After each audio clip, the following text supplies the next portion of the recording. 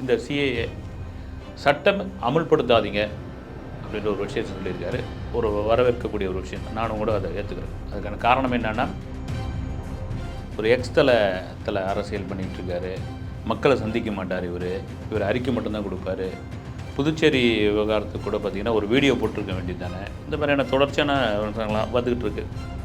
விஜயோட வீட்டை ஒரு படத்தை போட்டு நீங்கள் மட்டும் 20 அடி உயரத்தில் வந்து ஒரு கேட்டு போட்டுருக்கலாம். அதுக்கு முன்னாடி ஒரு 20 பேர் உட்காந்துட்ருக்கலாம். இது எப்படி அப்படின்னா, அதுக்காக வீட்டு ஒன்று திறந்து எல்லாரையுமே உள்ளே அனுப்பிச்சிடுவாங்க. விஜய் அந்த சொன்னதில் என்ன தவறு அப்படின்னு தான் என்னுடைய கேள்வி. மக்களை சந்திச்சாக வேண்டும். அதுதான் நம்ம வைக்கிற மறுபடியும் சொல்கிற ஒரு கோரிக்கை. இந்த விஜய் வந்து சொன்ன மாதிரி இவங்க விமர்சனத்துக்குள்ளான மாதிரி இப்படியா ஒரு அரசியல் பண்ணிட முடியாது. ஒரு அறிக்கை வந்து கொடுக்கும் பொழுது அந்த ஒரு விளக்கத்தோடு கொடுக்கணும். வந்து டைட்டில் வரைக்கும் கூட சொல்லியிருந்தால் அது இன்னும் உறுதியாக ஆள போகிறான் தமிழன் அப்படின்னு. அது மாதிரி ஏதோ ஒரு அரசியல்கிறது ஏன் அட்லீன் திரும்ப சொல்கிறேன்னா, அறம் நாடு நேயர்களுக்கு அன்பு வணக்கம். சினிமா பற்றின பல விஷயங்கள் இன்றைக்கி நம்ம கூட பகிர்ந்துக்க சீனியர் ஜேர்னலிஸ்ட் ஜெயர் பாலு சார் தான் நம்ம கூட இருக்கார். சார் வணக்கம் சார். வணக்கம் கிஷோர். எப்படி இருக்கீங்க? நல்லா இருக்கேன் சார். தளபதி விஜய் அப்படிங்கிற அந்த பெயரை தாண்டி இன்றைக்கி தமிழக வெற்றி கழகம் அதிலிருந்து ஒரு அப்டேட் வந்துடாதா அப்படின்னு பல நாள் மக்களும் சரி ரசிகர்களும் சரி வெயிட் பண்ணிட்டு இருந்தாங்க. ரொம்ப நாளாகவே அமைதி பூங்காவாக இருந்த தமிழக வெற்றி கழகம் திடீர்னு தலைவர் விஜய் அவர்கள் போட்ட ஒரே ஒரு ட்வீட் அப்படியே பூதாகரமாக வெடித்தது. ஒட்டுமொத்த சோஷியல் மீடியாவே அப்படியே பற்றிட்டு எரிஞ்சது. ரீசெண்டாக அவர் பண்ண அவருடைய ட்வீட் அந்த இதில் சிஏ அந்த குடியுரிமை அந்த சட்டத்தின் பேர் தான். ஸோ அந்த ஒரு விஷயத்தை நீங்கள் எப்படி சார் பார்க்குறீங்க? இல்லை, முதல் விஷயம் என்னென்னா, இது முக்கியமாக சொல்கிறது, நீங்கள் வந்து ஒரு சோஷியல் மீடியாவில் அந்த போட்ட தகவல் ஒரு அறிக்கை தொடர்ச்சியாக அந்த மாதிரியான விமர்சனங்கள் வந்து அவர் வந்து ஒரு எலைட் அரசியல் பண்ணுறாரு. ஒரு தல அரசியல் பண்ணிகிட்ருக்காரு. மக்களை சந்திக்க மாட்டார் இவர் அறிக்கை மட்டும்தான் கொடுப்பாரு. புதுச்சேரி விவகாரத்துக்கு கூட பார்த்திங்கன்னா ஒரு வீடியோ போட்டிருக்க வேண்டியது தானே. இந்த மாதிரியான தொடர்ச்சியான விமர்சனங்கள்லாம் வந்துக்கிட்டு இருக்கு. நான் என்ன சொல்கிறேன்னா, ஒரு நடிகர் இப்போ தான் ஒரு அரசியல் நீங்கள் தமிழக வெற்றி கழகம்ன்ற ஒரு இது இருந்திருக்குது. வரப்போகிற சட்டமன்ற தேர்தல் 2026 தான் எங்களுடைய டார்கெட் என்னாச்சு. இப்போது நாடாளுமன்ற எலெக்ஷன் இருக்குது. அவர் ஒரு களத்துக்குள்ளே வராரு, ஒரு பிரச்சனைக்குள்ளே பேசுகிறாரு, ஒரு மக்கள் முன்னாடி வருதுன்னா அது இந்த நாடாளுமன்ற தேர்தலில் வேறு விதமான ஒரு பிரதிபலிப்பை ஏற்படுத்தும். அது விஜய்க்கு நல்லா தெரியும். யாராவது ஆலோசனை கூட சொல்லியிருப்பாங்க. ரைட், ஓகே, இந்த விமர்சனம் என்ன வேணாலும் பண்ணி போட்டோம், நம்ம இது பண்ணணும். இந்த சிஏஏ சட்டம் அமுல்படுத்தாதீங்க அப்படின்ற ஒரு விஷயத்தை சொல்லியிருக்காரு. ஒரு வரவேற்கக்கூடிய ஒரு விஷயம் தான். நானும் கூட அதை ஏற்றுக்கிறேன். அதுக்கான காரணம் என்னென்னா, இந்தியா சுதந்திரத்துக்கு பிறகு குடியரசு நாடாக மாறுது. குடியரசு நாடாக மாறினப்போ இயற்றப்பட்ட சட்டத்தில் வந்து ஒரு வெளிநாட்டவர் இந்தியாவிற்குள் 11 வருடங்கள் இருந்தால் அவர் ஒரு குடியுரிமை கேட்டு விண்ணப்பிக்கலாம். இப்போது இருக்கிற அரசாங்கம், மத்திய அரசாங்கம் வந்து 6 வருஷம் இருந்தாலே போதும் அவங்க வந்து குடியுரிமை கேட்டு விண்ணப்பிக்கலாம் அப்படின்ற ஒரு இது கொண்டு வராங்க. ரைட், நல்லதாமா இருக்குது, நல்ல விஷயம் தான் அப்படின்போது அதில் ஒரு லூப் ஒன்று இருக்குது. பங்களாதேஷ், பாகிஸ்தான், ஆப்கானிஸ்தானை சேர்ந்தவர்கள் அவர்கள் வந்து விண்ணப்பிக்க முடியாது அப்படின்ற இது எதிர்கால சிறுபான்மை இஸ்லாமியர்களுக்கு எதிராக மாறுமோ அப்படின்ற ஒரு வாதம் இருக்குது. இப்படியா இருக்கும்போது இந்த சிஏஏ சட்டம் அமல்படுத்தாதீங்க அப்படின்னு சொல்கிறது ஒரு தமிழக வெற்றி கழகத்தினுடைய தலைவருடைய ஒரு கருத்து. அவர் கட்சியை சேர்ந்து முடிவு பண்ண ஒரு விஷயம். ரைட்டு, அது உடனே பார்த்திங்கன்னா விஜயோட வீட்டை ஒரு படத்தை போட்டு நீங்கள் மட்டும் 20 அடி உயரத்தில் வந்து ஒரு கேட்டு போட்டுருக்கலாம். அதுக்கு முன்னாடி ஒரு 20 பேர் உட்காந்துட்ருக்கலாம். இது எப்படி அப்படின்னா, அதுக்காக வீட்டு ஒன்று திறந்து எல்லாரையுமே உள்ளே அனுப்பிச்சிடுவாங்க. அது என்ன கருத்து சொன்னாலும் அது ஒரு எதிர்கருத்து இருந்துக்கிட்டு தான் இருக்கும். அது எல்லாம் விஜய் இக்னோர் பண்ணிக்கிட்டு போகக்கூடிய ஒரு நபர் தான். சினிமாவிலே அப்படி தான். இப்போ வந்து முழு நேரம் ஒரு அரசியலுக்குள்ளே இறங்கியாச்சு. இப்போ கோட் படம் நடந்துக்கிட்டு இருக்குது. கடைசி படம் தளபதி 69. அது ஒரு ரைட்டு, ஓகே. அதன் பிறகு அவர் இறங்க போகிறாரு. அதுக்கு ஒரு பெரிய தில்லு வேணும். திரும்பவும் நம்ம சேனலில் சொன்னது தான், திரும்பவும் அதே ரிப்பீட்டாகவே சொல்கிறாங்க. அதுக்கு ஒரு தில்லு வேணும்னு சொல்கிறதுக்கான காரணம் என்னென்னா, இன்றைக்கி ஒரு வேலையில் நீங்கள் இருக்கிறீங்க, ஒரு 50,000 ரூபா வேலையில் இருக்கீங்க. அதை ஸ்கிப் பண்ணிவிட்டு வாங்க அப்படின்னு ஒரு ரிஸ்க்கான ஒரு வேலை, ஒரு ஜாப், ஒரு நிரந்தரமே கிடையாது. 50,000 ரூபாய்க்கு சேஃப்டியாக இருக்கிறீங்க, நல்லா இருக்கிறேன், நான் தனியாக ஆள் பேச்சுலராக இருக்கிறேன், சரி ₹1,00,000 வேலைன்னு வச்சுங்க. உங்களுக்கு அது ஒரு 1000 யோசனை வரும் இல்லைங்களா? போயா அப்படின்னு ₹1,00,000 கொடுக்குறான், அங்கே உட்காந்துருக்கு நம்ம அப்படின்னு. ஒரு 200 கோடி ரூபா சம்பளம் வாங்குறாரு, ஒரு ஓப்பனிங் உள்ள ஒரு நடிகர். அப்புறம் வந்து ஒரு பெரிய வரவேற்பு இருக்குது. அவருடைய படங்கள் எடுத்தாலே பிஸ்னஸ் அப்படின்ற ஒரு பெரிய இது இருக்குது. இப்போ தேட்டருக்காரங்களாம் கூட ஒரு சின்ன விண்ணப்பம் வைக்கலான்னு கூட ஒரு முடிவு பண்ணியிருக்காங்க. உங்கள் அந்த மறுபரிசீலனை செய்யுங்க, தளபதி 69 இடையில ஏதாவது ஒரு குறும்படம் மாதிரியாவது நடிச்சு கொடுங்கன்ற ரேஞ்சில் அவங்க கேட்க ஆரம்பிக்கிறாங்க. ஏன்னா அவங்களுக்கு ஒரு தொழில் வந்து இன்றைக்கி இருக்கிற ஒரு டாப் 5 நடிகர்களுக்கு தான் வந்து தியேட்டரில் கூட்டம் வருது. அதில் வந்து ஒரு டாப் 3 நடிகர்கள் தான் அதிகப்படியான கூட்டம் வருது. ரைட்டு, இதெல்லாம் ஸ்கிப் பண்ணிட்டு வராரு. அவர் ஒரு அரசியல் கருத்து சொல்கிறாரு, அது சோஷியல் மீடியா அரசியலாக கூட இருக்கட்டும். விஜய் அந்த சொன்னதில் என்ன தவறு அப்படின்னு தான் என்னுடைய கேள்வி. பட் அதுக்கு எதிர்ப்புகள் தான் சார் ஜாஸ்தி வருது. அதாவது விஜய் அவர்கள் வந்து ஃபர்ஸ்ட்லாம் என்ன போட்டாலுமே சமூக நலத்திற்காக தான் ஒரு கருத்து போடுவார். இப்போ இதுக்கும் அதுக்காக தான் போட்டிருப்பாரு. பட் அப்போல்லாம் வந்து ஆதரவு கொடுத்த மக்கள் இன்னைக்கு பெரும்பாலும் அது ஒரு அரசியல் தளம் அப்படின்னு வரும்போது எதிர்ப்புகள் ஜாஸ்தியாக இல்லை அப்போ கூட ஆதரவுன்னு ஒன்றும் கிடையாது. அப்போ கேலி பண்ணாங்க, கிண்டல் பண்ணாங்க. இதை ஒரு எதிர்ப்பாக மாற்றிருக்காங்க. இதை எதிர்ப்பாக மாற்றி இது பண்ணாங்கன்னா அப்போ விஜய் மீது உள்ள காண்டுனால் பண்ணுறது தான் இது. விஜய் அரசியலுக்குள்ளே வந்ததை இது பண்ண முடியல. அதுக்கு முக்கியமான காரணம் சமீபத்தில் அந்த செயலி ஆப் ரிலீஸ் பண்ணார். அதில் 50 லட்சம் பேர் இணைஞ்சிட்டாங்க. க்ரஷ் ஆகிடுச்சு அது கொஞ்சம் நேரத்தில் அப்படின்னு பொழுது அதுவே ஒரு பெரிய கலக்கத்தை உண்டாகியிருக்கோம். விஜய் வரட்டும், இதுக்கப்புறம் அவருடைய அரசியல் ஒருவேளை நாடாளுமன்ற தேர்தல் முடிஞ்ச பிறகு அல்லது தளபதி 69 முடிஞ்ச பிறகு மக்களை சந்திச்சாக வேண்டும். அதுதான் நம்ம வைக்கிற மறுபடியும் சொல்கிற ஒரு கோரிக்கை. இந்த விஜய் சொன்ன மாதிரி இவங்க விமர்சனத்துக்குள்ளான மாதிரி இப்படியா ஒரு அரசியல் பண்ணிட முடியாது. மக்களுக்கு சந்திக்காமல் மக்கள் பிரச்சனைக்காக களத்தில் இறங்கினா ஒரு சிறைக்கு கூட போகணும். ரைட், அப்போ தான் மக்களுக்கான நம்பிக்கை வரும். காத்திருப்போம். சார் இன்றைக்கி அதிலே வைக்கிற கேள்வி என்னென்னா, ஒரு அறிக்கைன்னு கொடுக்கும்போது அது முழுமையாக என்ன அப்படிங்கிறது ஃபுல்லாக தெளிவாக கொடுக்கணும். அது மேலோட்டமாக இந்த சினிமா பட பாணியிலேயே கொடுக்குறாரு அப்படின்னு ஒரு கேள்வி எழுப்புது. இது நியாயமான ஒரு விஷயம். சொன்ன மாதிரி ஒரு அறிக்கை கொடுக்கும் பொழுது அந்த ஒரு விளக்கத்தோடு கொடுக்கணும். சொன்ன மாதிரி நீங்கள் ப்ரெஸ் மீட்டுக்கு தகவல் சொல்கிற மாதிரியான விஷயமா இருக்குது. ஸோ இங்கே இந்த ஹோட்டலில் அது யார் அதை ரெடி பண்ணி கொடுத்தாங்கன்னு தெரியல. ஒரு சமயம் விஜயை கூட அதை சொல்லியிருக்கலாம். இதுக்கப்புறம் வர அறிக்கை ஒரு விரிவான அறிக்கையாக இருக்க வேண்டும் என்பது தான் என்னுடைய விருப்பம் கூட. ஒரு ஏதாவது அறிக்கை கொடுக்குறீங்கன்னா அது விரிவான அறிக்கையாக இருக்கணும். அந்த அந்த அந்த அறிக்கையினுடைய எதை பற்றி சொல்கிறோமோ அதனுடைய பொருள் அதில் படிக்கிறவங்களுக்கு சாதாரணமாக படிக்கிறவங்களுக்கு தெரியணும் இல்லையா? சிஏஎன்ட்டு எத்தனை பேருக்கு தெரிஞ்சிடும்? ஒரு விரிவாக சொல்லி இதனால் என்ன சாதக பாதகங்கள் அப்படின்ற ஒரு விஷயத்தை சொல்லி கொடுத்துருந்தா சிறப்பாக இருந்திருக்கும். உண்மையிலே அதை நான் ஏற்றுக்கிறேன்.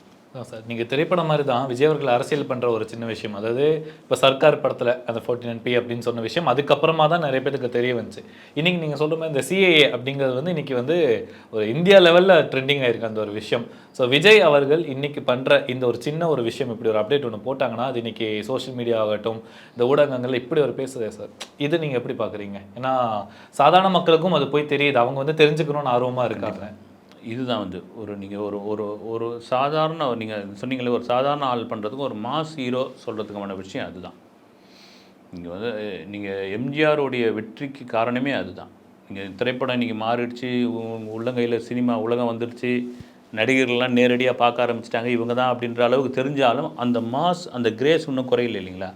இப்போ இவர் சொன்னால் ஏற்றுப்பாங்க. ஒரு கட்டத்தில் ஒரு சில நாடுகளில் கல்வியே ஒளி வடிவில் திரைப்பட வடிவில் தான் சொல்லித் தராங்க, ஈஸியாக போய் ரீச் ஆகணும் அப்படின்றதுக்காக. அந்த அளவிற்கு இந்த சினிமான்ற ஊடகம் உள்ளே போய் அது பெரிய அளவில் தாக்கத்தை உண்டு பண்ணியிருக்குது. அதனால்தான் மொழியே தெரியாத, மொழியே இல்லாத, ஒரு விளம்பரம் இல்லாமல், ஒரு ப்ரெஸ் மீட் இல்லை, ஒரு இது இல்லை, ஒரு ஸ்டில் இல்லை, ஒரு தேட்டர் போஸ்டர் கூட அனுப்பாத ஒரு மஞ்சுமல் பாய்ஸ் இந்த பெரிய வெற்றியை பெற்றிருக்குன்னா இதுதான் சினிமாவோட பலம், இதுதான் சினிமா நட்சத்திரத்துடைய பலம், இதுதான் ஒரு மாஸ் ஹீரோடைய பலம். இப்போ இந்த விஷயம் சொன்ன மாதிரி விஜய் பேசவே தான் இந்த அளவுக்கு பேசுகிறாங்க. விஜய் களத்தில் இறங்கி பேசினா எந்த அளவுக்கு ரெஸ்பான்ஸ் இருக்கும் அப்படின்னு அதையும் பொறுத்து இருந்து பார்ப்போம். கரெக்ட் சார், வரக்கூடிய நாட்களில் கண்டிப்பாக நடக்கும்னு நினைக்கிறேன். ஒரு பக்கம் விஜய் மீது இந்த சர்ச்சைகள் விமர்சனங்கள் போயிட்டு இருக்கும் போது பல நாளாக மக்கள்கிட்ட இருந்த ஒரு கேள்வி அண்ட் நடிகர் சங்கத்தில் எல்லாத்துலேயும் இருந்த ஒரு சர்ச்சை, அதுக்கு ஒரு முற்றுப்புள்ளின்னு சொல்ல முடியாது, பட் அவரால் முடிஞ்ச ஒரு இது 1 கோடி ரூபாய் நிதி உதவி நடிகர் சங்கம் கட்டட பணிக்காக கொடுத்துருக்காரே சார், அதை எப்படி பார்க்குறீங்க? ஒரு நடிகராக இவ்வளோ லேட்டாக ஆகி போச்சு. ஏற்கனவே நிறைய முறை குரல் கொடுத்துட்டாங்க. விஜயகாந்த் இருக்கும் பொழுதே இப்படி ஒரு கலை நிகழ்ச்சி தேவையா, நாமளாம் எல்லோரும் பங்கு போட்டு காசை கொடுப்போம்னு அது சாத்தியம் இல்லைன்னு தான் அவர் சக்ஸஸ்ஃபுல்லாக பண்ணிட்டு வந்தார். அதன் பிறகு இப்போ அந்த நடிகர் சங்கம் அப்படியே உருவாகி ஒரு நின்று போய் அந்த இரும்பில் அந்த சென்ட்ரிங் கம்பிலாம் துரு பிடிச்சி போச்சு, இன்னும் எவ்வளோ காலம் தான் அதை போட்டு வைக்க போகிறீங்கன்னு பொழுது உதயநிதியில் தொடங்கி உதயநிதி கூட அமைச்சர்னு கூட சொல்லலாம், அப்புறம் கமலஹாசன் கொடுத்து இப்போ விஜய் கொடுத்துருக்காரு. இப்போ என்னென்னா செந்திலே கூட ஒரு தடவை நடிகர் சங்கத்தினுடைய ஒரு பொதுக்குழு செயற்குழு வெளியே ஒரு காரசாரமாக நடிகர் செந்தில் ஒரு விஷயத்தை சொன்னார். மறுபடியும் போய் மக்கள்கிட்ட எதையும் கேட்காதீங்க, கொள்ளாடிக்காதீங்க, நட்சத்திர கிரிக்கெட் நடத்துகிறேன், கலை நிகழ்ச்சி நடத்துகிறேன்லாம் இப்போ சொன்னீங்கன்னா எடுபடாது, புத்திசாலி ஆகிட்டாங்க. நம்மக்கிட்ட இருக்க தகுதி வாரியாக ஒரு 50,000 ரூபா சம்பளம் வாங்குறவர் 50 ரூபா, கோடிகள் சம்பளம் வாங்குகிறோம், உங்களால் முடிஞ்ச 1 கோடி அப்படின்ற அளவுக்கு கொண்டு ஒரு தொகையை சேர்த்து இந்த கட்டடத்தை முடிச்சிடலாம் அப்படின்னு அது அப்படியே தொடங்கி ஒவ்வொருத்தராக இப்போ விஜய் கொடுத்து வரவேற்கக்கூடிய விஷயம். ஆனால் ஏன் இவ்வளோ லேட் பண்ணிட்டாங்கன்னு தெரியல. ஓகே, நல்ல விஷயம் தான். இதை தொடர்ந்து யார் கொடுக்குறாங்கன்னு பொறுத்து இருந்து பார்ப்போம். அதான் சார் நீங்கள் வைக்கிற கேள்வியே அதுதான். இவ்வளோ நாள் அந்த பிரச்சனைகள் போயிட்டு இருந்திருக்கு.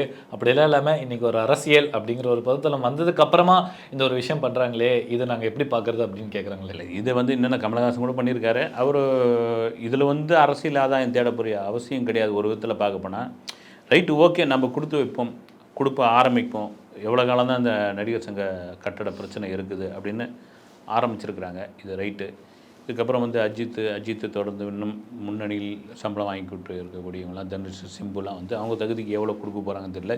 என்னென்னா வெளியே இருந்து அவங்களுக்கு பொதுவாக வந்து நம்ம இப்போ ரொம்ப ஈஸியாக வந்து சோஷியல் மீடியா, யூடியூப் சேனல் எல்லாம் வெளியே தரும். ஒரு காலத்திலலாம் என்ன சம்பளம்னு தெரியாது, தெரியுங்களா? பத்திரிகையில் எழுதுனா தான் சம்பளம். அதுக்கே அந்த நடிகர்லாம் சம்பளத்தை சண்டைக்கு வந்துடுவாங்க. நாங்கள் அவ்வளோ வாங்குறோம், நீங்கள் வந்து பார்த்தீங்களா நீங்கள்? ஏன்னா இன்கம் டேக்ஸ் மாதிரியான பிரச்சனைகள் வந்துட போகுது. அப்புறம் இந்த பொது ஜனங்களுக்கு வந்து இது தெரியுது அப்படின்னு. அப்போ இன்னும் லட்சத்தில் தான் வாங்கியிருந்தாங்க. இப்போ கோடின்ட்டு சர்வசாதாரணமாகி போச்சு. மக்களே பார்த்து 200 கோடியா அப்படின்றாங்க. அது 200 கோடின்ட்டு ஒரு பெரிய காசு இல்லைங்களா?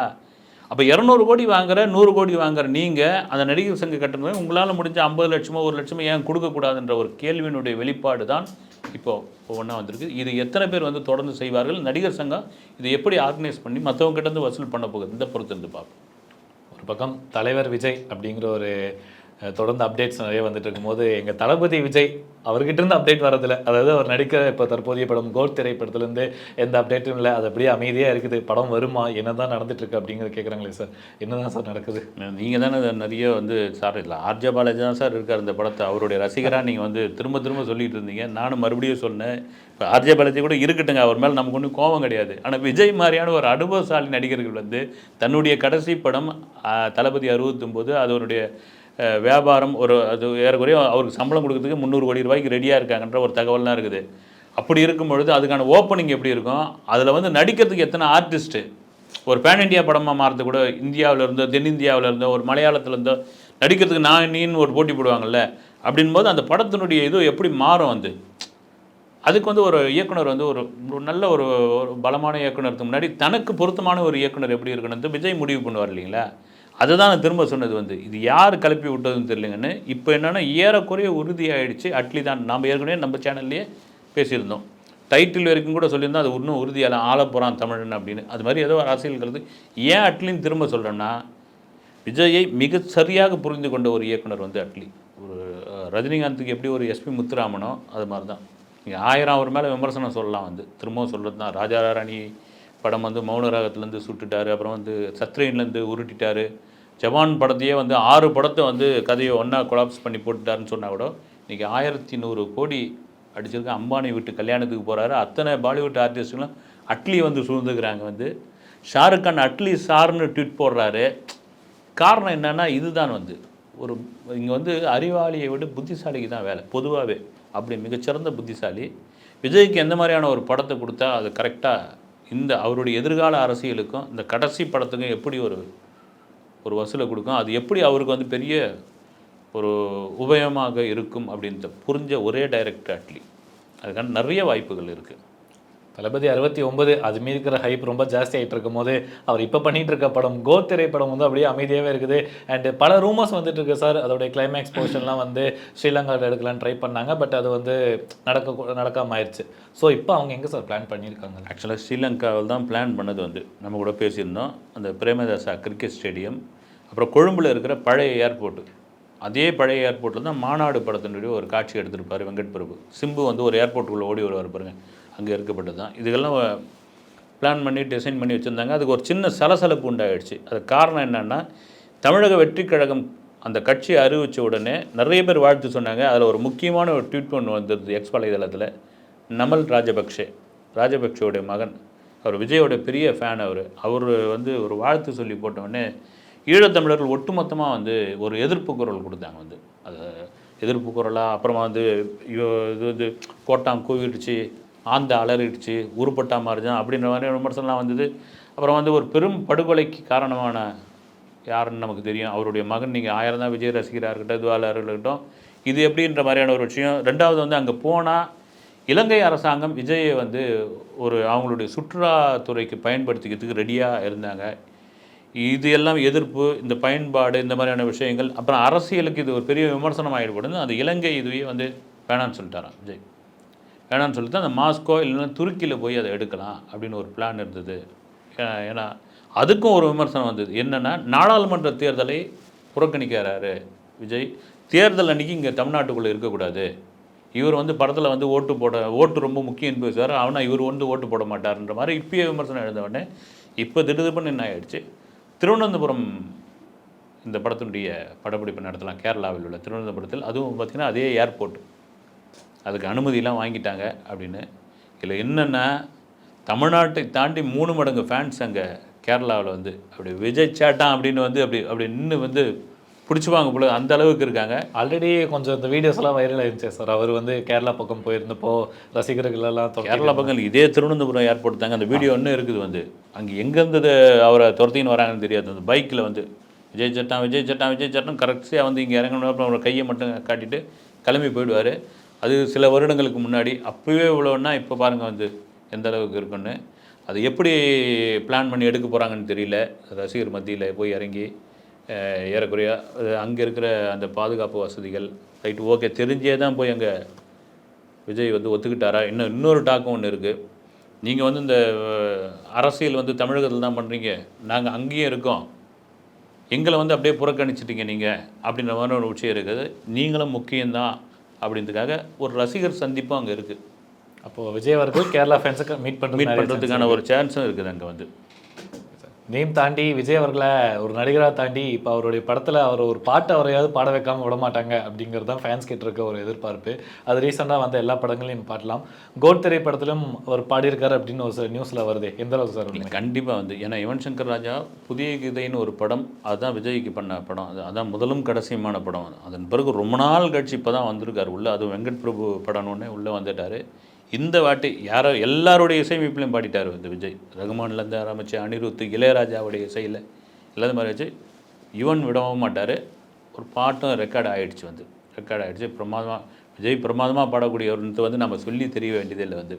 ஏன்னா அந்த சமயங்கள்லாம் அவங்க அப்பா வந்து பண்ண படத்தில் வந்து இந்த பாடலை பாடிக்கொண்டு இருப்பார் உங்கள் விஜய் அப்படின்னு ஒரு டைட்டில் கார்டோடு போட்டு அது ஆயிடுச்சு. அதுக்கப்புறம் தெரிய ஆரம்பிச்சது அவங்க விஜயோடைய அம்மா சோபா சந்திரசேகர் மிகச்சிறந்த பாடகி. அவங்க கர்நாடக பாடகி. குறிப்பாக அந்த மார்கழி உற்சவம் நடக்கும்போது சென்னையில் திருவையாறுன்னு ஒரு நிகழ்ச்சி லட்சுமண் சுருதி நடத்தியிருந்தாங்க. அதில் ஒரு கச்சேரியே, அதில் ஒரு சம்பவம் கூட சுவாரஸ்யமான சம்பவம் சொல்லலாம். இவங்க பாடுற ஒரு கச்சேரிக்கு வந்து காமராஜர் ஹாலில் தேனாம்பட்டியில் திடுதிப்புன்னு விஜய் உள்ளே வந்துட்டார். சொல்லாமல் கொள்ளாமல் வந்தவொடனே பெரிய பரபரப்பாயிடுச்சு. இப்போ பெரிய பீக்கில் இருக்க ரொம்ப காலம் இல்லை, சமீபத்தில் வந்தவுடனே பரபரப்பாகி போய் அப்புறம் வந்து அம்மாவோட நின்று ஒரு வாழ்த்து சொல்லிட்டு அதுக்குள்ளே கூட்டம் சேர்ந்தவுடனே எங்கேயாவது கொலாப்ஸ் ஆகிட போகுது அப்படின்னு நிகழ்ச்சி ஏற்பாட்டாளர் கொஞ்சம் பரபரப்பாக அதையும் புரிஞ்சுக்கிட்டாரு. புரிஞ்சு அவங்க அம்மா பாடின ஒரு 2 கீர்த்தனையை வந்து கேட்டுட்டு உடனே கிளம்பி போயிட்டார். வந்து அந்த பிளட்டு எங்கே போகும். அதனால் இந்த கோட் படத்தில் யுவன் இசையில் விஜய் வந்து ஒரு பாட்டு பாடியிருக்காரு. அப்புறம் சார் அந்த பாட்டும் அந்த படமும் அதை தொடர்ந்து வர தளபதி 69 ஒரு சம்பவம் பண்ணுமா? பல விஷயங்கள் பகிர்ந்துக்கிட்டீங்க. நேரம் கொடுத்ததுக்கு ரொம்ப நன்றி சார். வணக்கம்.